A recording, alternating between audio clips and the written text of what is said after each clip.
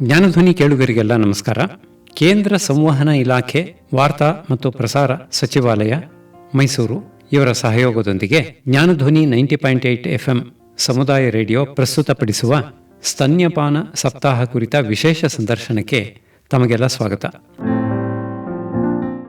ಇವತ್ತು ಈ ಸ್ತನ್ಯಪಾನ ಸಪ್ತಾಹದ ಕುರಿತು ನಮ್ಮ ಕೇಳುಗರಿಗೆ ಮಾಹಿತಿ ನೀಡೋದಕ್ಕೆ ಬಂದಿದ್ದಾರೆ ಶ್ರೀಮತಿ ಅನುಪಮಾ ಸು ಗೋಕಾವಿ. ಇವರು ಬೆಳಗಾವಿಯವರು. MA ಸೋಷಿಯಾಲಜಿ D.Ed ಪದವಿಗಳನ್ನು ಪಡೆದಿದ್ದಾರೆ. ಪ್ರಸ್ತುತ ಮಹಿಳಾ ಮತ್ತು ಮಕ್ಕಳ ಅಭಿವೃದ್ಧಿ ಇಲಾಖೆಯಲ್ಲಿ ಮೈಸೂರಿನಲ್ಲಿ ಶಿಶು ಅಭಿವೃದ್ಧಿ ಯೋಜನಾಧಿಕಾರಿಗಳ ಕಚೇರಿಯಲ್ಲಿ ಮೇಲ್ವಿಚಾರಕಿ ಆಗಿದ್ದಾರೆ. ಸಮುದಾಯದ ಜೊತೆ ನಿರಂತರ ಸಂಪರ್ಕ ಹೊಂದಿದ್ದು ಮೈಸೂರು ನಗರ ಯೋಜನೆಯಲ್ಲಿ ಅಂಗನವಾಡಿ ಕೇಂದ್ರಗಳ ಮೇಲ್ವಿಚಾರಣೆ ಮಾಡುತ್ತಿದ್ದಾರೆ. ವಿಶ್ವ ಸ್ತನ್ಯಪಾನ ಸಪ್ತಾಹದ ಸಂದರ್ಭದಲ್ಲಿ ಅವರ ಅನುಭವಗಳನ್ನು ಕೇಳೋಣ. ನಮಸ್ಕಾರ ಶ್ರೀಮತಿ ಅನುಪಮಾ ಸು ಗೋಕಾವಿಯವರೇ. ನಮಸ್ಕಾರ ಸರ್. ಈ ಸ್ತನ್ಯಪಾನದ ಮಹತ್ವ ಮತ್ತು ಲಾಭಗಳ ಬಗ್ಗೆ ತಿಳಿಸ್ತೀರಾ? ಖಂಡಿತ ಸರ್. ಮೊದಲನೇದಾಗಿ ಈ ಒಂದು ಸ್ತನ್ಯಪಾನ ಸಪ್ತಾಹ ಅನ್ನೋದು 1990ರಲ್ಲಿ ಪ್ರಾರಂಭ ಆಯಿತು ಸರ್. ಏನಕ್ಕೆ ಅಂತಂದರೆ ಒಂದು ಸ್ತನ್ಯಪಾನದ ಒಂದು ರಕ್ಷಣೆಯನ್ನು ಮಾಡೋದಕ್ಕೋಸ್ಕರ ಮತ್ತು ಅದನ್ನು ಪ್ರೋತ್ಸಾಹಿಸೋಸ್ಕರ ಆ ಒಂದು WHO ಮತ್ತು ಯುನಿಸೆಫ್ ಸಂಘಟನೆಗಳು ಒಡಗೂಡಿ ಆಗಸ್ಟ್ ತಿಂಗಳು 1990ರಲ್ಲಿ ಇದನ್ನು ಪ್ರಾರಂಭ ಮಾಡಿರುವಂಥ ಒಂದು ಅದರ ಸವಿನೆನಪಗೋಸ್ಕರ ಅಥವಾ ಸ್ಮರಣಾರ್ಥಕ್ಕೋಸ್ಕರ ನಾವೇನು ಮಾಡ್ತಾಯಿದ್ವಿ, ಪ್ರತಿ ವರ್ಷ ವಾರ್ಷಿಕವಾಗಿ ಆಗಸ್ಟ್ 1ರಿಂದ 7ನೇ ತಾರೀಕುವರೆಗೆ ಈ ಸ್ತನ್ಯಪಾನ ಸಪ್ತಾಹವನ್ನು ನಾವು ಆಚರಿಸ್ಕೊಂಡು ಬರ್ತಾ ಇದ್ದೀವಿ. ಇದರ ಉದ್ದೇಶ ಏನು ಅಂದರೆ, ನಮಗೆ ಮೊದಲನೇದಾಗಿ ಸ್ತನ್ಯಪಾನವನ್ನು ಉತ್ತೇಜಿಸುವುದೇ ನಮ್ಮ ಮುಖ್ಯವಾದಂಥ ಉದ್ದೇಶ ಸರ್. ಅದ್ರ ಜೊತೆಗೆ ನಾವೊಂದು ಧ್ಯೇಯವಾಕ್ಯವನ್ನು ಇಟ್ಟುಕೊಂಡು ಈ ಒಂದು ಸ್ತನ್ಯಪಾನ ಕಾರ್ಯಕ್ರಮವನ್ನು ಪ್ರಾರಂಭ ಮಾಡಿದ್ದೀವಿ. ಅದು ಏನಂದರೆ, ಸ್ತನ್ಯಪಾನಕ್ಕೆ ಆದ್ಯತೆಯನ್ನು ನೀಡಿ ಸುಸ್ಥಿರ ಬೆಂಬಲ ವ್ಯವಸ್ಥೆಯನ್ನು ರಚಿಸಿ. ಕಾರಣ ಅಂದರೆ ಇತ್ತೀಚಿನ ದಿನಗಳಲ್ಲಿ ನಮ್ಮ ತಾಯಂದಿರುಗಳಲ್ಲಿ ಈ ಸ್ತನ್ಯಪಾನದ ಏನಾಗ್ಬಿಟ್ಟಿದೆ, ತುಂಬ ಕಡಿಮೆ ಆಗ್ಬಿಟ್ಟಿದೆ ಸರ್. ಹಲವಾರು ಕಾರಣಗಳಿದೆ ಅದಕ್ಕೆ. ಆ ಸ್ತನ್ಯಪಾನವನ್ನು ನಾವು ಉತ್ತೇಜಿಸುವಂಥ ಒಂದು ಉದ್ದೇಶವನ್ನು ಇಟ್ಟುಕೊಂಡೇ ನಾವು ಈ ಒಂದು ಸ್ತನ್ಯಪಾನ ಸಪ್ತಾಹವನ್ನು ಆಚರಣೆ ಮಾಡ್ತಾಯಿದ್ವಿ. ನಿಮ್ಮ ಇಲಾಖೆಯ ವತಿಯಿಂದ ಸ್ತನ್ಯಪಾನ ಪ್ರೋತ್ಸಾಹಿಸಲು ಏನೆಲ್ಲ ಕ್ರಮಗಳನ್ನು ಕೈಗೊಳ್ಳಲಾಗಿದೆ? ಸರ್, ಈಗ ನಮ್ಮ ಇಲಾಖೆ ಮಹಿಳಾ ಮತ್ತು ಮಕ್ಕಳ ಅಭಿವೃದ್ಧಿ ಇಲಾಖೆಯಿಂದ ಪ್ರತಿ ವರ್ಷ ನಾವು ವಾರ್ಷಿಕವಾಗಿ ಈ ಒಂದು ಸಪ್ತಾಹವನ್ನು ಆಚರಣೆ ಮಾಡ್ಕೊಂಡು ಬಂದಿದ್ದೀವಿ. ಏನಂದರೆ, ನಮ್ಮ ಇಲಾಖೆಯ ಅಡಿಯಲ್ಲಿ ಬರುವಂಥ ಅಂಗನವಾಡಿ ಕಾರ್ಯಕರ್ತೆಯರ ಮೂಲಕ, ಅಂದರೆ ಅಂಗನವಾಡಿ ಕೇಂದ್ರಗಳ ಮೂಲಕ ನೇರವಾಗಿ ನಾವು ಸಮುದಾಯದೊಂದಿಗೆ ಒಂದು ಕನೆಕ್ಟ್ ಇರೋದ್ರಿಂದ ಅಲ್ಲಿ ಕಾರ್ಯಕ್ರಮಗಳನ್ನು ಮಾಡಿ ಆ ಒಂದು ತಾಯಂದಿರಿಗೆ ಸ್ತನ್ಯಪಾನದ ಬಗ್ಗೆ ಜಾಗೃತಿಯನ್ನು ನೀಡ್ತೀವಿ ಮೊದಲನೇದಾಗಿ. ನಂತರದಲ್ಲಿ ಸ್ಥಳೀಯ ಪ್ರಾಥಮಿಕ ಆರೋಗ್ಯ ಕೇಂದ್ರದವರ ಒಂದು ಸಹಯೋಗದೊಂದಿಗೆ PHC ಅವರ ಸಹಯೋಗದೊಂದಿಗೆ ಪ್ರತಿ ತಿಂಗಳು ತಾಯಂದಿರ ಸಭೆ ಮಾಡ್ತೀವಿ ಸರ್. ಅಲ್ಲಿ ನಾವು ಮೊದಲ ಗರ್ಭಿಣಿಯರಿಗೆ, ಅಂದರೆ ಮೊದಲನೇದಾಗಿ ನಾವು ಫಸ್ಟು ತಾಯಿಗೆ 8 ತಿಂಗಳು ಗರ್ಭಿಣಿ ಇದ್ದಾಗಲೇ ಅವಳಿಗೆ ತಾಯ್ತನ ಮತ್ತು ಸ್ತನ್ಯಪಾನದ ಬಗ್ಗೆ ನಾವು ಅವೇರ್ನೆಸ್ಸನ್ನು ಕೊಡ್ತಾ ಹೋದಾಗ ಅವಳು ಹೆರಿಗೆ ಆದ ನಂತರ ಮಗುವಿಗೆ ಸರಳವಾಗಿ ಒಂದು ಸ್ತನ್ಯಪಾನವನ್ನು ಮಾಡಿಸ್ಬೋದು ಅನ್ನೋ ಉದ್ದೇಶವನ್ನು ಇಟ್ಕೊಂಡು ಮೊದಲ ಗರ್ಭಿಣಿಯರಿಗೆ ಮತ್ತು ಹೆರಿಗೆ ಆದಂಥ ತಾಯಂದಿರಿಗೆ, ಬಾಣಂತಿಯರಿಗೆ ಏನು ಮಾಡ್ತೀವಿ, ಪ್ರತಿ ತಿಂಗಳು ತಾಯಂದಿರ ಸಭೆಯನ್ನು ಮಾಡ್ತೀವಿ. ಅಲ್ಲಿ ಸ್ತನ್ಯಪಾನದ ಬಗ್ಗೆ ಮಹತ್ವ ಮತ್ತು ಅವರಲ್ಲಿರುವಂಥ ಕೆಲವೊಂದು ಗೊಂದಲಗಳನ್ನು ಬಗೆಹರಿಸುವಂಥ ಕೆಲಸಗಳನ್ನು ಮಾಡ್ತೀವಿ. ಮತ್ತು ನಮ್ಮ ಕಾರ್ಯಕರ್ತೆಯರು ಪ್ರತಿದಿನ, ಅಂದರೆ ಮೊದಲ ಗರ್ಭಿಣಿ ನಮ್ಮ ಕೇಂದ್ರದಲ್ಲಿ ರಿಜಿಸ್ಟರ್ ಆದ ತಕ್ಷಣ 3.5 ತಿಂಗಳಿಗೆ ಅವರು ನಮ್ಮಲ್ಲಿ ದಾಖಲೆ ಮಾಡಿಕೊಂಡ್ರು ಅಂತ ಇಟ್ಕೊಳ್ಳಿ. ಆ ದಾಖಲೆ ಆದ ನಂತರ ಮಗು 2 ವರ್ಷ ಆಗೋವರೆಗೆ ನಾವು ಆ ತಾಯಿಯನ್ನು ಫಾಲೋ ಅಪ್ಪಲ್ಲಿ ಮಾಡ್ತೀವಿ ಸರ್. ಪ್ರತಿದಿನ ಮನೆ ಭೇಟಿ ಮಾಡ್ತೀವಿ. ಮತ್ತು ಅವಳಿಗೆ ಏನಾದರೂ ಪೌಷ್ಟಿಕ ಆಹಾರದ ಕೊರತೆಗಳಿದ್ದಾಗ ಯಾವ ರೀತಿ ಆಹಾರವನ್ನು ಸೇವಿಸಬೇಕು ಅಂತ ಮಾರ್ಗದರ್ಶನವನ್ನು ಕೊಡ್ತೀವಿ. ಅದ್ರ ಜೊತೆಗೆ ಬಾಣಂತಿಯಾಗಿದ್ದರೆ ಮಗು ಹಾಲನ್ನು ಕುಡಿಸಲು ಅವಳೇನಾದರೂ ಸಮಸ್ಯೆಗಳಿದ್ದರೆ ಅದ್ರ ಬಗ್ಗೆ ನಮ್ಮ ಕಾರ್ಯಕರ್ತರು ಮತ್ತು ಆಶಾ ಕಾರ್ಯಕರ್ತರು ಒಡಗೂಡಿ ಆ ಸವಾಲುಗಳಿಗೆ ಅವರಿಗೆ ಪರಿಹಾರಗಳನ್ನು ನೀಡಿ ಬರ್ತಾರೆ. ನಾವು ಮತ್ತು ಪ್ರತಿ ತಿಂಗಳು ಪೌಷ್ಟಿಕ ಆಹಾರ ಶಿಬಿರ ಅಂತ ಮಾಡ್ತೀವಿ ಸರ್. ನಾವು ಪೌಷ್ಟಿಕ ಶಿಬಿರಗಳಲ್ಲಿಯೂ ಕೂಡ ತಾಯಂದಿರಿಗೆ ನಾವು ಹಾಲುಣಿಸುವ ಬಗ್ಗೆ ಮಹತ್ವದ ಬಗ್ಗೆ ತಿಳಿಸಿ ಹೇಳ್ತೀವಿ. ಅದ್ರ ಜೊತೆಗೆ ಇಲಾಖೆಯಿಂದ ಪೂರಕ ಪೌಷ್ಟಿಕ ಆಹಾರವನ್ನು ಕೂಡ ನಾವು ಗರ್ಭಿಣಿ ಮತ್ತು ಬಾಣಂತಿಯರಿಗೆ ಒಂದು ಸೌಲಭ್ಯವನ್ನು ಕೊಡ್ತೀವಿ ಸರ್. ಅಂದರೆ ಪೌಷ್ಟಿಕ ಆಹಾರನೇ ಕೊಡ್ತೀರಾ? ಪೌಷ್ಟಿಕ ಆಹಾರ ಅಂತಂದರೆ, ಈಗ ಪ್ರತಿಯೊಂದು ಗರ್ಭಿಣಿಗೆ ಮೊಟ್ಟೆ ಮತ್ತು ಇಲಾಖೆಯಿಂದ ಯಾವ ನಮಗೆ ಆಹಾರದ ಮೆನು ಪ್ರಕಾರ ಏನು ಆಹಾರ ಬಂದಿರುತ್ತೆ, ಧಾನ್ಯಗಳು, ಕಾಳುಗಳು, ಅದೆಲ್ಲ ಆಹಾರವನ್ನು ಕೂಡ ನಾವು ಗರ್ಭಿಣಿ ಬಾಣಂತಿಯರಿಗೆ ಕೊಡ್ತೀವಿ ಸರ್. ಕೆಲಸ ಮಾಡೋ ಮಹಿಳೆಯರಿಗೆ ಕೆಲಸದ ಸಂದರ್ಭದಲ್ಲಿ ಹಾಲು ಕುಡಿಸ್ಲಿಕ್ಕೆ ಆಗಲ್ವಲ್ಲ? ಇದು ನಿಜ ಸರ್, ಖಂಡಿತ. ಇದು ತಾಯಂದಿರಿಗೆ ಇರುವಂಥ ಒಂದು ಸಮಸ್ಯೆ ಏನು ಅಂದರೆ, ಎದೆ ಹಾಲು ಉಣಿಸುವಂಥ ತಾಯಿ ಕೆಲಸಕ್ಕೆ ಹೋಗುವಂಥ ಸಂದರ್ಭದಲ್ಲಿ ಸರ್, ಎದೆ ಹಾಲನ್ನು ನಾವು 8 ಗಂಟೆಗಳವರೆಗೆ ತಾಯಿ ಏನು ಮಾಡಬೇಕು, ಒಂದು ಸ್ವಚ್ಛವಾದ ಪಾತ್ರೆಯಲ್ಲಿ ಮಗುವನ್ನು ಮನೆಯಲ್ಲೇ ಬಿಟ್ಟು ಹೋಗೋದಾದರೆ ಆ ಎದೆ ಹಾಲನ್ನು ಕರೆದು 8 ಗಂಟೆಗಳವರೆಗೆ ಸಾಮಾನ್ಯ ತಾಪಮಾನದಲ್ಲಿ ಎದೆ ಹಾಲನ್ನು ಇಟ್ಟು ಆ ಮಗುವಿಗೆ ಮನೆಯಲ್ಲಿ ಯಾರಿದ್ದಾರೆ ಅಜ್ಜಿ ಅಥವಾ ಆ ಮಗುವಿನ ಮತ್ತು ಅತ್ತೆ ಯಾರ ಅಮ್ಮ ಯಾರಿದ್ದಾರೆ ಅವರು ಏನು ಮಾಡ್ಬೋದು ಅಂದರೆ ಮಗುವಿಗೆ ಹಾಲನ್ನು ಕೊಡ್ಬೋದು ಸರ್. ಒಂದು ಇನ್ನು ಇಲಾಖೆಯಲ್ಲಿ ಸರ್ಕಾರದ ಅಧೀನದಲ್ಲಿ ಕಾರ್ಯವನ್ನು ನಿರ್ವಹಿಸ್ತಿರುವಂಥ ಮಹಿಳೆಯರಿದ್ದಾರೆ, ಮಗುವನ್ನು ಮನೇಲಿ ಯಾರು ನೋಡ್ಕೊಳ್ಳೋಕ್ಕಿಲ್ಲ ಅಂದಾಗ ಮಗುವನ್ನು ಜೊತೆ ಕರ್ಕೊಂಡು ಹೋಗ್ತಾರೆ. ಅಂಥ ಕಡೆ ಎಲ್ಲ ನಾವು ಶಿಶುಪಾಲನಾ ಕೇಂದ್ರಗಳನ್ನು ಸ್ಥಾಪನೆ ಮಾಡಿದ್ದೀವಿ ಸರ್. ಅಲ್ಲಿ ಮಗುವನ್ನು ಬಿಡ್ತಾರೆ, ಅಲ್ಲಿ ಇಬ್ಬರು ಕೇರ್ ಟೇಕರ್ಸ್ ಇರ್ತಾರೆ ಮಕ್ಕಳನ್ನು ನೋಡ್ಕೊಳ್ಳೋಕ್ಕೆ. ಆ ತಾಯಂದರು ಒಂದು 2 ಗಂಟೆಗಳಿಗೊಂದ್ಸಲ ಅಲ್ಲಿ ಹೋಗಿ ಎದೆ ಹಾಲನ್ನು ಕೊಟ್ಟು ಬರ್ಬೋದು ಸರ್. ನವಜಾತ ಶಿಶುಗಳಿಗೆ ಸ್ತನ್ಯಪಾನ ಮಾಡಿಸುವಂಥ ಸರಿಯಾದ ವಿಧಾನ ಯಾವುದು? ಹೊಸ ತಾಯಂದಿರಿಗೆ ಅದು ಗೊತ್ತೇ ಇರಲ್ಲ. ಹೌದು ಸರ್. ಮಗು ಹುಟ್ಟಿದ ಕೂಡಲೇ ಆ ಒಂದು ಹಾಲನ್ನು ಕೊಡಬೇಕು, ಆ ಒಂದು ಮೊದಲನೇ ಫಸ್ಟ್ ಮಿಲ್ಕ್ ಅಂತ ಹೇಳ್ತಾರಲ್ಲ, ಹೌದು ಅದರಲ್ಲಿ ಕೊಲೆಸ್ಟ್ರಾಲ್ ಇರುತ್ತೆ ಅಂತ ಹೇಳ್ತಾರೆ, ಹಳದಿ ಇರುತ್ತೆ. ಹೌದು. ಅದರ ಯಾವ ರೀತಿ ಪ್ರಯೋಜನ ಅದರಿಂದ? ಕೆಲವರು ಏನು ಮಾಡ್ತಾರೆ, ಆ ಹಳದಿ ಹಾಲನ್ನು ಹಿಂಡಿ ತೆಗೆದು ಎಸ್ದು ಬಿಡ್ತಾರೆ, ಹೌದು, ಯಾಕೆಂದರೆ ಏನೋ ಮೂಢನಂಬಿಕೆ. ಹೌದು. ಇದ್ರ ಬಗ್ಗೆ ಏನು ಹೇಳ್ತೀರಾ ಸರ್? ಇದು ತಾಯಿ ಎದೆ ಹಾಲನ್ನೇ ನಾವು ಜೀವಾಮೃತ ಅಂತ ಕರಿತೀವಿ. ತಾಯಿ ಹಾಲಿಗೆ ಸಮಾನವಾದದ್ದು ಈ ಪ್ರಪಂಚದಲ್ಲಿ ಯಾವುದೂ ಇಲ್ಲ ಅಂತಲೇ ನಾವು ಹೇಳ್ತೀವಿ. ಆ ಕೊಲೆಸ್ಟ್ರಾಲ್ ಅನ್ನುವಂಥ ಅಂಶ ಏನಿದೆ, ಆ ಕೊಲೆಸ್ಟ್ರಾಲ್ ಅನ್ನುವಂಥ ಅಂಶದಲ್ಲಿ ಒಂದು ಮಗುವಿಗೆ ಬೇಕಾಗಿರುವಂಥ ಸಕ್ಕರೆ ಪ್ರಮಾಣ, ನೀರಿನ ಪ್ರಮಾಣ ಮತ್ತು ಪ್ರೋಟೀನ್ಗಳ ಪ್ರಮಾಣ ಹೇರಳವಾಗಿ ಇರ್ತದೆ ಸರ್. ಒಂದು ಕೊಲೆಸ್ಟ್ರಾಲ್ ಅಂದರೆ ಒಂದು ತಾಯಿ ಎದೆ ಹಾಲು 2% ಸಸಾರಜನಕವನ್ನು ಒಳಗೊಂಡಿರ್ತದೆ, 4% ಕೊಬ್ಬನ್ನು ಒಳಗೊಂಡಿರ್ತದೆ, 6% ಪಿಷ್ಟವನ್ನು ಒಳಗೊಂಡಿರ್ತದೆ ಸರ್. ಆ ಹಳದಿ ಹಾಲನ್ನು ಕೊಡುವುದರಿಂದ ರೋಗ ನಿರೋಧಕ ಶಕ್ತಿ ಮಕ್ಕಳಲ್ಲಿ ಹೆಚ್ಚಾಗುತ್ತೆ ಸರ್. ಆಮೇಲೆ ಮುಂದೆ ಬರುವಂಥ ಜಾಂಡಿಸ್ ಕಾಯಿಲೆಗಳು, ಆಮೇಲೆ ರಕ್ತ ಕ್ಯಾನ್ಸರ್ ಅಂತ ಕಾಯಿಲೆಗಳು ಬರುತ್ತೆ. ಆಮೇಲೆ ನವಜಾತ ಶಿಶುಗಳಲ್ಲಿ ಕಿವಿಗೆ ಸಂಬಂಧಪಟ್ಟಂಥ ಕೆಲವೊಂದು ಕಾಯಿಲೆಗಳು ಬರುತ್ತೆ ಸರ್. ಅಂಥ ಎಲ್ಲ ಕಾಯಿಲೆಗಳನ್ನು ಕೂಡ ನಾವು ತಾಯಿಯ ಮೊದಲ ಹಳದಿ ಹಾಲನ್ನು ಕೊಡುವುದರಿಂದ ನಿವಾರಣೆಯನ್ನು ಮಾಡ್ಬೋದು ಸರ್. ವಿಧಾನ ಹೇಗೆ ಹೇಳ್ಕೊಡ್ತೀರಾ ಅವರಿಗೆ? ಸರ್, ಈಗ ನಾವು ವಿಧಾನವನ್ನು ಹೇಳಬೇಕು ಅಂತಂದರೆ, ಮೊದಲನೇದಾಗಿ ನಾವು ಏನೋ ಈ ಸಭೆಗಳನ್ನು ಮಾಡ್ತೀವಿ, ಆಗ ತಾಯಿಗೆ ನಾವು ಜನರಲ್ಲಾಗಿ ನಾವು ಹೇಳಿರ್ತೀವಿ ಸರ್ ಯಾವ ಥರ ಅಂತ. ಆಮೇಲೆ ಏನು ಮಾಡ್ತೀವಿ ಅಂತಂದರೆ, ಮಗುವನ್ನು ಮನೆಯಲ್ಲೇ ಹೆರಿಗೆ ಆಗಿ ಆಮೇಲೆ ಆಸ್ಪತ್ರೆಯಿಂದ ಕರೆದುಕೊಂಡು ಬಂದ ತಕ್ಷಣ ನಾವು ಮನೆ ಭೇಟಿಯನ್ನು ಮಾಡ್ತೀವಿ ಕಾರ್ಯಕರ್ತೆಯರು. ಆವಾಗ ಖುದ್ದಾಗಿ ಕಾರ್ಯಕರ್ತೆ ಮತ್ತು ಆಶಾ ಕಾರ್ಯಕರ್ತೆಯರು ತಾಯಿಗೆ ಅಂದರೆ ಸಮಸ್ಯೆಗಳಲ್ಲಿ ಮೊದಲ ಹೆರಿಗೆಯಲ್ಲೇ ಸಮಸ್ಯೆಗಳು ಆಗೋದು ಸರ್ ತಾಯಂದಿರಿಗೆ. ವಿಧಾನಗಳು ಹೆಂಗಂದರೆ, ಫಸ್ಟು ಸರ್ ಈಗ ಹೆರಿಗೆ ಆದ ನಂತರ ಅಥವಾ ಮನೆಯಲ್ಲಿದ್ದಂಥ ತಾಯಿ ಆರಾಮದಾಯಕವಾಗಿರಬೇಕು, ಯಾವುದು ಗೊಂದಲಗಳಲ್ಲಿ ಅಥವಾ ಒತ್ತಡಗಳಲ್ಲಿ ಇರಬಾರ್ದು. ಆರಾಮಾಗಿ ತಾಯಿ ಕುಳಿತುಕೊಂಡು ನಂತರ ಮಗುವನ್ನು ಕೂಡ ತನ್ನ ಮಡಿಲಲ್ಲಿ ಏನು ಮಾಡ್ಕೋಬೇಕು ಅಂದರೆ ಆರಾಮಾಗಿ ಕುಳಿತುಕೊಂಡು ಮೊದಲು ಮಗುವಿನ ಜೊತೆಗೆ ಐ ಕಾಂಟ್ಯಾಕ್ಟನ್ನು ಮಾಡಬೇಕು. ಮಗು ತಾಯಿಯನ್ನು ಮೊದಲ ಹೆರಿಗೆ ಅಂದರೆ ನವಜಾತ ಶಿಶು ತಾಯಿಯನ್ನು ಬೇಗ ಗುರುತಿಸ್ಬಿಡುತ್ತೆ ಸರ್. ಹಾಗಾಗಿ ಏನು ಅಂತಂದರೆ, ಮಗುವಿನ ಜೊತೆಗೆ ಒಂದು ಖುಷಿದಾಯಕವಾಗಿ ಮಗುವನ್ನು ತನ್ನ ಮಡಿಲಲ್ಲಿ ಇಳ್ಕೊಂಡು ಆರಾಮದಾಯಕವಾಗಿ ಕುಳಿತುಕೊಳ್ಬೇಕು. ಮಗುವನ್ನು ಸರಿಯಾಗಿ ತನ್ನ ಎದೆಯ ಹತ್ತಿರ ತೆಗೆದುಕೊಳ್ಬೇಕು ಮೊದಲನೇದಾಗಿ.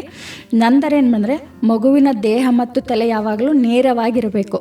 ಆಮೇಲೆ ಜಾಸ್ತಿ ಹೊತ್ತು ಮಲಗಿಕೊಂಡು ಹಾಲನ್ನು ಕುಡಿಸಬಾರ್ದು. ತಾಯಿ ಆದವಳು ಪ್ರತಿ ಸಲ ಹಾಲು ಕುಡಿಸುವಾಗಲೂ ಕುಳಿತುಕೊಂಡೇ ಮಗುವಿಗೆ ಹಾಲನ್ನು ಕೊಡೋದ್ರಿಂದ ಉಪಯೋಗ ಇದೆ. ಆಮೇಲೆ ಮೊದಲನೆಯದಾಗಿ ಮಗುವಿಗೆ ಸಕ್ ಮಾಡೋಕ್ಕೆ ಸ್ವಲ್ಪ ಕಷ್ಟ ಆಗ್ತಾ ಇರುತ್ತೆ ಸರ್. ಅದನ್ನು ನಾವು ಮಗುಗೆ ಕಲಿಸ್ಕೊಡ್ಬೇಕಾಗಿರೋದ್ರಿಂದ ತಾಯಿ ಒಂದು ಎದೆ ಭಾಗವನ್ನು, ಒಂದು ಸ್ತನ ಭಾಗವನ್ನು ಏನು ಮಾಡ್ತೀವಿ ನಾವು, ಬಾಯಿ ಮಗು ತೆಗೆದಾಗ ಏರಿಯೋಲು ಅಂತ ಒಂದು ಭಾಗ ಬರುತ್ತೆ. ಅದನ್ನು ಏನು ಮಾಡಬೇಕು ಅಂತಂದರೆ, ಮಗುವಿನ ಬಾಯಲ್ಲಿ ಮೊದಲನೇದಾಗಿ ತಾಯಿನೇ ಫಸ್ಟು ಕೊಟ್ಟು ಅದನ್ನು ಸಕ್ ಮಾಡೋಕ್ಕೆ ಪ್ರಾರಂಭ ಮಾಡಿದಾಗ ಮಗು ಸ್ಟಾರ್ಟಿಂಗ್ ಹುಟ್ಟಿದ 90 ನಿಮಿಷಗಳ ಒಳಗಡೆ ಮಗು ತುಂಬ ಚಟುವಟಿಕೆಯಿಂದ ಇರ್ತದೆ ಸರ್. ಆ ಚಟುವಟಿಕೆಯಿಂದ ಇದ್ದಾಗ ಆ ಸಮಯದಲ್ಲಿ ನಾವು ಎದೆ ಹಾಲನ್ನು ಕುಡಿಸುವಂಥ ಅಭ್ಯಾಸವನ್ನು ಮಗುಗೂ ಕೂಡ ಮಾಡಿಸಿದಾಗ ತುಂಬ ಏನಂದರೆ ಬೇಗ ಹಾಲನ್ನು ಸಕ್ ಮಾಡುವುದನ್ನು ಕೂಡ ಮಗು ಏನು ಮಾಡ್ಕೊಳ್ಳದೆ ಕಲಿತ್ಕೊಳ್ತದೆ. ಪ್ರತಿ 15ರಿಂದ 20 ನಿಮಿಷ ಅಂದರೆ, ಆಮೇಲೆ ಪ್ರತಿ 2 ಗಂಟೆಗಳಿಗೊಮ್ಮೆ ತಾಯಿ ಎದೆ ಹಾಲನ್ನು ಕುಡಿಸ್ಬೇಕು. ಈ ಮೊದಲ ಹಾಲನ್ನು ಬಗ್ಗೆ ಅದು ಎಸಿತಾರೆ ಅಂತ ಹೇಳಿದ್ನಲ್ಲ, ಇದೇ ತರಹದ ತಪ್ಪು ಕಲ್ಪನೆಗಳು ಬೇಕಾದಷ್ಟಿದ್ದಾವೆ. ಅವು ಯಾವುವು ಮತ್ತು ಅದನ್ನು ಹೇಗೆ ನಿವಾರಿಸಬಹುದು? ಮತ್ತು ಇನ್ನೂ ಕೆಲವು ಸಮಾಜಗಳಲ್ಲಿ ಸ್ತನ್ಯಪಾನದ ಬಗ್ಗೆ ತಪ್ಪು ಭಾವನೆಗಳು ಇದ್ದಾವೆ. ಇದ್ರ ಬಗ್ಗೆ ನೀವು ತಿಳಿಸ್ಕೊಡ್ತೀರಾ? ಖಂಡಿತ ಸರ್. ಕೆಲವೊಂದು ತಪ್ಪು ಕಲ್ಪನೆಗಳು ಹೆಂಗಿದೆ ಅಂದರೆ ಮೊದಲ ತಕ್ಷಣ ಹಾಲನ್ನು ಕೊಡಬಾರ್ದು, ಅದು ಕೆಟ್ಟ ಹಾಲಾಗಿರುತ್ತದೆ ಅಥವಾ ಸರಿ ಇರುವುದಿಲ್ಲ, ಕಲುಷಿತವಾಗಿರುತ್ತದೆ ಹಾಲು, ಅದನ್ನು ಕುಡಿಸ್ಬಾರ್ದು, ಅದನ್ನು ತೆಗೆದುಬಿಟ್ಟು ಎಸೆದು ಬಿಡಬೇಕು ಅನ್ನುವಂಥ ತಪ್ಪು ಕಲ್ಪನೆಗಳಿದೆ. ಅದರ ಬಗ್ಗೆ ನಾವು ಅವೇರ್ನೆಸ್ಸನ್ನು ಕೊಡ್ತಾ ಇದ್ದೀವಿ ಸರ್. ಆಮೇಲೆ ಫಸ್ಟ್ ಮಗುಗೆ ಹಾಲು ಕುಡಿಸ್ಬಾರ್ದು ಮೊದಲೆಲ್ಲ ಇತ್ತು ಸರ್, ಸಕ್ಕರೆ ನೀರು ಅಥವಾ ಜೇನುತುಪ್ಪವನ್ನು ಬಾಯಿಗೆ ಹಾಕಬೇಕು, ಅದೆಲ್ಲ ಖಂಡಿತ ತುಂಬ ತಪ್ಪು ಕಲ್ಪನೆ ಸರ್. ಆಮೇಲೆ ಇನ್ನು ಕೆಲವೊಬ್ರು ತಾಯಂದಿರು ಏನು ಅಂದರೆ ನನ್ನ ಸೌಂದರ್ಯ ಹಾಳಾಗ್ಬಿಡ್ತದೆ ಮಗುಗೆ ಹಾಲು ಕುಡಿಸಿದ್ರೆ, ಆಮೇಲೆ ಮಗುಗೆ ಹಾಲು ಸಾಕಾಗಲ್ಲ, ಆಮೇಲೆ ಟೈಮ್ ಇಲ್ಲ ಅನ್ನುವಂಥ ಕಲ್ಪನೆಗಳು. ಆಮೇಲೆ ಮನೆಯಲ್ಲಿ ಹಿರಿಯರು ಅಂದರೆ ಹಳೆ ಕಾಲದ ಹಿರಿಯರೆಲ್ಲ ಇದ್ದಾಗ ಕೊಡೋದಿಲ್ಲ ಸರ್ ತಾಯಿಗೆ, ಮೊದಲೇ ಹಾಲು ಕುಡಿಸೋಕ್ಕೆ ತಾಯಿಗೆ ಮಗುವನ್ನೇ ಕೊಡೋದಿಲ್ಲ ಅಂತಂದಾಗ ಅಲ್ಲ ಆಸ್ಪತ್ರೆಯಲ್ಲೂ ಕೊಡಲ್ಲ. ಹೌದು ಖಂಡಿತ. ಈ ಆಸ್ಪತ್ರೆಗಳಲ್ಲಿಯೂ ಕೂಡ ಮೊದಲು ಸರ್ ಇದು ಈಗ ಪ್ರೀಮೆಚ್ಯೂರ್ ಬೇಬೀಸ್ ಅಂತ ಹೆರಿಗೆ ಆದ ತಕ್ಷಣ ಅಲ್ಲಿ ನಮಗೆ ಆ ತಾಯಿ ಎದೆ ಹಾಲಿಂದಲೇ ನಾವು ಮಗುವನ್ನು ಕ್ಯೂರ್ ಮಾಡ್ಬೋದು ವಿನ ಇನ್ನು ಯಾವುದೇ ಮೆಡಿಸನ್ಗಳಿಂದ ನಾವು ಮಗುವನ್ನು ನಾವು ಕ್ಯೂರ್ ಮಾಡೋಕ್ಕೆ ಸಾಧ್ಯ ಇಲ್ಲ ಸರ್. ಆದಷ್ಟು ಎಷ್ಟಾಗುತ್ತೋ ಅಷ್ಟು ನಾವು ತಾಯಿ ಎದೆ ಹಾಲಿಗೆ ಕೊಡುವಂಥ ಒಂದು ಅವಕಾಶವನ್ನು ಅವ್ರಿಗೆ ಮಾಡಿಕೊಡ್ಬೇಕು ಸರ್. ಆಮೇಲೆ ಕೆಲವೊಂದು ಸಮಯದಲ್ಲಿ ಸಿಸೇರಿಯನ್ ಎಲ್ಲ ಆದಾಗ ತಾಯಿ ಹತ್ರ ಅವ್ರಿಗೆ ಕಷ್ಟ ಇದೆ, ಮಗುನ ಕೊಡಲ್ಲ ಸರ್. ಬಟ್ ನಾವು ಸಿಸೇರಿಯನ್ ಆದ ಒಂದು 3-4 ಗಂಟೆ ನಂತರ ತಾಯಿಗೆ ಪ್ರಜ್ಞೆ ಬಂದಾಗ ನಾವು ಮಗುವನ್ನು ಕರೆದುಕೊಂಡು ಹೋಗಿ ಹಾಲನ್ನು ಕೊಡಬೇಕು. ಆ ತಪ್ಪು ಕಲ್ಪನೆಗಳಿಂದ ಹೊರಗಡೆ ಬಂದು ಆದಷ್ಟು ಈ ಹಾಲನ್ನು ಕುಡಿಸುವಂಥ ಪ್ರಯತ್ನವನ್ನು ಎಲ್ಲ ತಾಯಂದಿರು ಮಾಡಬೇಕು ಸರ್. ಈ ಸ್ತನ್ಯಪಾನಕ್ಕೆ ಪ್ರೋತ್ಸಾಹ ಕೊಡುವಂಥ ಇದರಲ್ಲಿ ಮಗುವಿನ ತಂದೆ ಮತ್ತು ಕುಟುಂಬದ ಇತರ ಸದಸ್ಯರ ಪ್ರೇರಣೆ ಹೇಗಿರಬೇಕು? ಇದು ಮುಖ್ಯವಾದಂಥ ಪ್ರಶ್ನೆ ಸರ್. ಏನು ಅಂತಂದರೆ ಬರೀ ತಾಯಿ ಮಾತ್ರ ಇದರ ಜೊತೆಗಿರೋ ಇದನ್ನು ಮಾಡಿದ್ರೆ ಆಗಲ್ಲ. ಕುಟುಂಬವೂ ಕೂಡ ಆ ತಾಯಿಗೆ ಒಂದು ಬೆಂಬಲವಾಗಿ ನಿಂತ್ಕೊಳ್ಬೇಕು. ಈಗ ಎಲ್ಲೋ ಕೆಲಸದಲ್ಲಿ ಮಗ್ನ ಆದಾಗ ಕೆಲಸ ಮಾಡ್ತಾ ಇದ್ದಾಳೆ ಬಿಡು ಅಂತ ಮಗುವಿಗೆ ಕೇರ್ಲೆಸ್ ಮಾಡೋದು, ಆ ತಾಯಿಗೆ ಎಚ್ಚರಿಸಿ ತಂದೆ ಅಥವಾ ಆ ಮನೆಯ ಪೋಷಕರು ಏನು ಮಾಡಬೇಕು ಅಂತಂದರೆ ಆದಷ್ಟು ಇವರು ಅವೇರ್ನೆಸ್ಸನ್ನು ಕೊಟ್ಟು ಆ ತಾಯಿ ಆ ಮಗುವಿನ ಜೊತೆಗೆ ಸಮಯವನ್ನು ಕಳೆಯುವಂಥ ಅವಕಾಶವನ್ನು ಮಾಡಿಕೊಡ್ಬೇಕು ಸರ್. ಸ್ವಲ್ಪ ದಿನಗಳ ಮಟ್ಟಿಗೆ ಒಂದು 6 ತಿಂಗಳವರೆಗೆ ನಾವು ಮಗುವಿಗೆ ಬೇರೆ ಏನನ್ನೂ ಕೊಡುವಂತಿಲ್ಲ ಸರ್. 6 ತಿಂಗಳವರೆಗೆ ಸತತವಾಗಿ ಏರಳವಾಗಿ ತಾಯಿ ಆದಿಯಲ್ಲನ್ನೇ ಕೊಡೋದ್ರಿಂದ ಮನೆ ಕೆಲಸಗಳು ಅದು ಇದು ಇದ್ದಾಗ ಬೇರೆಯವರು ಸ್ವಲ್ಪ ವಹಿಸ್ಕೊಂಡು ಆ ತಾಯಿ ಆದವಳಿಗೆ ಆ ಮಗುವಿನ ಜೊತೆ ಕಾಲ ಕಳೆಯಲು ಅವಕಾಶವನ್ನು ಮಾಡಿಕೊಡ್ಬೇಕು ಸರ್. ಈ ಆರೋಗ್ಯ ಕಾರ್ಯಕರ್ತರಿದ್ದಾರೆ, ಅವರ ಸಹಕಾರದ ಮೂಲಕ ಈ ಸಪ್ತಾಹವನ್ನು ಹೇಗೆ ಪರಿಣಾಮಕಾರಿಯಾಗಿ ಮಾಡಬಹುದು? ಸಮಾಜದಲ್ಲಿ ಜನಜಾಗೃತಿ ಹೆಚ್ಚಿಸಲು ಯಾವ ಕ್ರಿಯೇಟಿವ್ ಯೋಜನೆಗಳನ್ನು ಬಳಕೆ ಮಾಡ್ತಾ ಇದ್ದೀರಾ ನೀವು? ನಾವು ಈಗ ಯಾವಾಗ ಇಲಾಖೆ ಪ್ರಾರಂಭವಾದ ದಿನದಿಂದಲೂ ನಾವು ಈ ಜನಜಾಗೃತಿ ಮತ್ತು ಸ್ತನ್ಯಪಾನದ ಬಗ್ಗೆ ನಾವು ಕಾರ್ಯನಿರ್ವಹಿಸ್ತಾನೆ ಬಂದಿದ್ದೀವಿ. ಇವಾಗಲೂ ಕೂಡ ಸ್ಥಳೀಯ ಸಂಘಟನೆಗಳ ಜೊತೆಗೂಡಿ ಅಂದರೆ ಅಲ್ಲಿ ಇರುವಂಥ ಗ್ರಾಮ ಪಂಚಾಯಿತಿಗಳ ಜೊತೆ ಆಗಿರ್ಬೋದು, ನಗರ ಪ್ರದೇಶದಲ್ಲಿ ಬಂದಾಗ ಮಹಾನಗರ ಪಾಲಿಕೆ ಕಾರ್ಪೊರೇಷನ್ ಅವರುಗಳ ಸಹಯೋಗದೊಂದಿಗೆ ಆಮೇಲೆ ಪ್ರಾಥಮಿಕ ಆರೋಗ್ಯ ಕೇಂದ್ರಗಳವರ ಆರೋಗ್ಯ ಇಲಾಖೆಯವರ ಸಹಯೋಗದೊಂದಿಗೆ, ಆಮೇಲೆ ಅಲ್ಲಿ ಇರುವಂಥ ಸ್ತ್ರೀ ಶಕ್ತಿ ಸಂಘಗಳ ಕಾರ್ಯಕರ್ತರು ಬರ್ತಾರೆ ಸರ್. ಅಂದರೆ ಜನರ ಜೊತೆ ಯಾರು ನೇರವಾಗಿ ಸಂಪರ್ಕದಲ್ಲಿರ್ತೀವಿ, ಸಮುದಾಯದೊಂದಿಗೆ ಯಾರು ನೇರವಾಗಿ ಕೆಲಸವನ್ನು ಮಾಡ್ತಾ ಇರ್ತೀವಿ, ನಾವು ಅಂಗನವಾಡಿ ಕೇಂದ್ರಗಳ ಮುಖಾಂತರ ಕೂಡ ಕಾರ್ಯಕ್ರಮಗಳನ್ನು ಮಾಡ್ತೀವಿ ಸರ್ ಪ್ರತಿ ತಿಂಗಳು. ಆಮೇಲೆ ಗ್ರಾಮ ಸಭೆಗಳಲ್ಲಿ ತಾಯಂದಿರಿಗೆ ಜಾಗೃತಿ ಕಾರ್ಯಕ್ರಮ ಮತ್ತು ಪೌಷ್ಟಿಕ ಶಿಬಿರ ಆಹಾರ ಕಾರ್ಯಕ್ರಮಗಳು ಮಾಡ್ತೀವಿ ಮತ್ತು ಜಾಥಾಗಳನ್ನು ಮಾಡ್ತಾಯಿದ್ದೀವಿ ಸರ್. ಒಂದು ಜಾಥಾಗಳನ್ನು ಮಾಡೋದ್ರಿಂದ ಎಲ್ಲಿ ನಾವು ತಲುಪಲು ಸಾಧ್ಯವಾಗಿಲ್ಲ ಎಲ್ಲ ಕಡೆ ನಾವು ಜಾಥಾಗಳನ್ನು ಮಾಡಿ ತಾಯಂದಿರಿಗೆ ಅವೇರ್ನೆಸ್ಸನ್ನು ಕೊಡ್ತಾ ಇದ್ದೀವಿ. ಇನ್ನು ತುಂಬ ಕಾರ್ಯಕ್ರಮಗಳು. ಆಶಾ ಕಾರ್ಯಕರ್ತರು ಅವರನ್ನು ಒಳಗೊಳ್ತಾ ಇದ್ದೀರಾ ಸರ್? ಆಶಾ ಕಾರ್ಯಕರ್ತರು ಮತ್ತು ಪ್ರಾಥಮಿಕ ಆರೋಗ್ಯ ಕೇಂದ್ರದ ಎಲ್ಲ ಸಿಬ್ಬಂದಿಗಳು ಜೊತೆಗೂ ಸಹಯೋಗದೊಂದಿಗೆ ಕರ್ತವ್ಯನ ನಿರ್ವಹಿಸ್ತಾ ಇದ್ದೀವಿ ಸರ್. ಈ ಗರ್ಭಿಣಿಯರು ಮತ್ತು ಸ್ತನ್ಯಪಾನ ಕೊಡ್ತಾ ಇರುವಂಥ ತಾಯಂದಿರಿಗೆ ಯಾವ ರೀತಿಯ ಪೌಷ್ಟಿಕ ಆಹಾರಗಳನ್ನು ಕೊಡಬೇಕು? ಕೆಲವರು ಸೋರೆಕಾಯಿ ತಿಂದರೆ ಹೆಚ್ಚು ಹಾಲು ಉತ್ಪತ್ತಿ ಆಗುತ್ತೆ ಅಂತ ಹೇಳ್ತಾರೆ, ಇನ್ಯಾರೋ ಬೇರೆ ಇನ್ನೇನೇನೋ ಹೇಳ್ತಾರೆ. ಸಾಂಪ್ರದಾಯಿಕವಾದ ಕೆಲವೆಲ್ಲ ವಿಚಾರಗಳಿದ್ದಾವೆ. ಅದೇ ರೀತಿ ನೀವು ಪೌಷ್ಟಿಕ ಆಹಾರದ ಪ್ಯಾಕೆಟ್ಗಳನ್ನು ಕೊಡ್ತೀರಲ್ಲ ಅವರಿಗೆ, ಅದರಲ್ಲೂ ಬೇರೆ ಬೇರೆ ರೀತಿ ಇದು ಮಾಡ್ತಾರೆ. ಅದು ಯಾವುದು? ಇವಾಗ ಯಾವುದೇ ಆಗಿರಲಿ ಸರ್, ಒಂದು ಪೌಷ್ಟಿಕ ಆಹಾರ ಸೊಪ್ಪು ತರಕಾರಿ ಮತ್ತು ಕಾಳುಗಳಾಗಿರಬಹುದು, ಮೊಟ್ಟೆ ಹಾಲು ಎಲ್ಲವನ್ನೂ ಒಬ್ಬ ತಾಯಿ ಆದವಳು ಒಬ್ಬ ಗರ್ಭಿಣಿ ಆದವಳು ಸೇವಿಸ್ಬೋದು ಸರ್. ಅದು ತಿನ್ನಬಾರ್ದು ಇದು ತಿನ್ನಬಾರ್ದು ಅನ್ನುವಂಥದ್ದು ಕೇವಲ ನಮ್ಮ ಕಲ್ಪನೆಗಳು ಮತ್ತು ಪೂರ್ವಾಗ್ರಹ ಪೀಡಿತ ಕೆಲವೊಂದು ಯೋಚನೆಗಳು ಮಾತ್ರ. ಒಬ್ಬ ಗರ್ಭಿಣಿ ಎಲ್ಲ ಥರದ ಸೊಪ್ಪುಗಳನ್ನು ಸೇವಿಸ್ಬೋದು, ಮತ್ತು ಎಲ್ಲ ರೀತಿಯ ಧಾನ್ಯಗಳನ್ನು ಸೇವಿಸ್ಬೋದು, ಮೊಟ್ಟೆ ತರಕಾರಿಗಳನ್ನು ಕೂಡ ಸೇವಿಸ್ಬೋದು. ಇಲಾಖೆಯಿಂದ ಕೊಡುವಂಥ ಆಹಾರ ಪದಾರ್ಥಗಳಲ್ಲಿ ಅವ್ರು ಕೊಡುವಂಥವು ಎಲ್ಲ ನಾವು ಧಾನ್ಯಗಳ ಮಿಶ್ರಣವನ್ನು ಕೊಡ್ತೀವಿ, ಮತ್ತು ಮೊಟ್ಟೆಯನ್ನು ಕೊಡ್ತೀವಿ, ಹಾಲು ಕೊಡ್ತೀವಿ. ಇಲ್ಲಿ ಎಲ್ಲ ರೀತಿಯ ಮನೆಯಲ್ಲಿ ನೀವೇನು ಅಡುಗೆ ಮಾಡ್ತೀರಾ ಮತ್ತು ನಮಗೆ ನಿಸರ್ಗದಲ್ಲಿ ಸಿಗುವಂಥ ಎಲ್ಲ ಆಹಾರ ಪದಾರ್ಥಗಳನ್ನು ಕೂಡ ಒಬ್ಬ ಗರ್ಭಿಣಿ ತಾಯಿ ಸೇವಿಸಬಹುದು. ಯಾವುದೋ ತಿಂದರೆ ಹಾಲು ಹೆಚ್ಚಾಗುತ್ತೆ, ಯಾವುದೋ ತಿಂದರೆ ಕಡಿಮೆ ಆಗುತ್ತೆ, ಆ ಥರದ್ದೇನಿಲ್ವ? ಇಲ್ಲ ಖಂಡಿತ ಹಂಗಿಲ್ಲ ಸರ್. ಎಲ್ಲ ಸೊಪ್ಪುಗಳಲ್ಲೂ ಎಲ್ಲ ಕಬ್ಬಿನ ಅಂಶಗಳು ಜಾಸ್ತಿ ಇರುವಂಥ ಆಹಾರ ಸೇವನೆ ಮಾಡಿದಾಗ ಹಾಲಿನ ಪ್ರಮಾಣ ಜಾಸ್ತಿ ಆಗುತ್ತೆ. ಹಾಗಾಗಿ ಬಾಣಂತಿ ಆದಮೇಲೆ, ತಾಯಿ ಆದಮೇಲೆ ಹಾಲು ಬರ್ತಾ ಇಲ್ಲ, ನನಗೆ ಹಾಲಿನ ಕೊರತೆ ಆಗ್ತಾ ಇದೆ ಅನ್ನುವಂಥ ತಾಯಂದಿರಿಗೆ ನಾವು ಹೇಳ್ತೀವಿ, ಐರನ್ ಅಂಶ ಜಾಸ್ತಿ ಇರುವಂಥ ನೀವು ಆಹಾರ ಪದಾರ್ಥಗಳನ್ನು ಸೇವಿಸಿದಾಗ ಹಾಲಿನ ಅಂಶ ಉತ್ಪತ್ತಿ ಜಾಸ್ತಿ ಆಗುತ್ತೆ.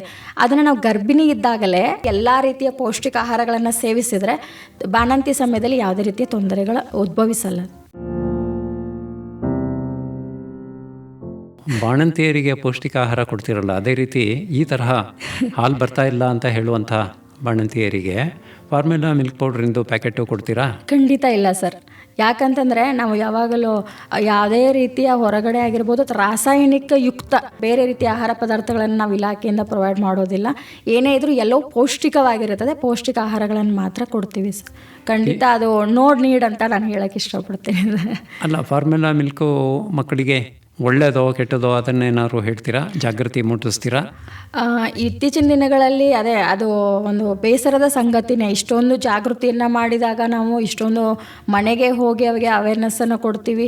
ಎಷ್ಟೋ ಸಲ ಎಷ್ಟೋ ಕೇಸ್ಗಳು ನಾವು ವಿಸಿಟ್ಗಳಿಗೆಲ್ಲ ಹೋದಾಗಲೇ ಬಂದಿರ್ತಾರೆ. ಎಷ್ಟೊಂದು ತಿಳಿ ಹೇಳ್ತೀವಿ. ನಮ್ಮಲ್ಲೇ ಇವಾಗ 6 ತಿಂಗಳಿಂದ 3 ವರ್ಷದ ಮಕ್ಕಳಿಗೆ ನಾವೇ ಸಿರಿಧಾನ್ಯಗಳ ಒಂದು ಪೌಡ್ರನ್ನು ಇಲಾಖೆಯಿಂದನೇ ಮಾಡಿ ನಾವು ಕೊಡ್ತಾ ಇದ್ದೀವಿ. ಅಲ್ಲ, ಅಷ್ಟು ಸಣ್ಣ ಮಕ್ಕಳಿಗೆ ಅರ್ಗತ್ತಾ ಅದು? ಇಲ್ಲ, 6 ತಿಂಗಳ ನಂತರ ಕೊಡ್ಬೋದು ಸರ್. ಸ್ವಲ್ಪ ಎದೆ ಹಾಲಿನ ಜೊತೆಗೆ ಕೊಡ್ತೀವಿ ಸರ್.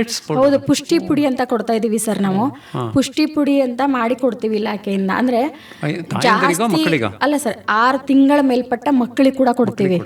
ಮಕ್ಕಳಿಗೆ ಕೂಡ ಕೊಡ್ತೀವಿ, ತೂಕ ಕಡಿಮೆ ಆಗ್ತಾ ಇದೆ ಅನ್ನುವಂಥ ಮಕ್ಕಳುಗಳಿಗೆ ಕೂಡ ಕೊಡ್ತೀವಿ ಸರ್. ಈಗ ಎದೆ ಹಾಲು ಜೊತೆಗೆ ಇವರು ಯಾವುದೇ ಹೊರಗಡೆಯಿಂದ ಫೀಡ್ ಮಾಡುವಂಥ ಅವಶ್ಯಕತೆ ಇರೋದಿಲ್ಲ.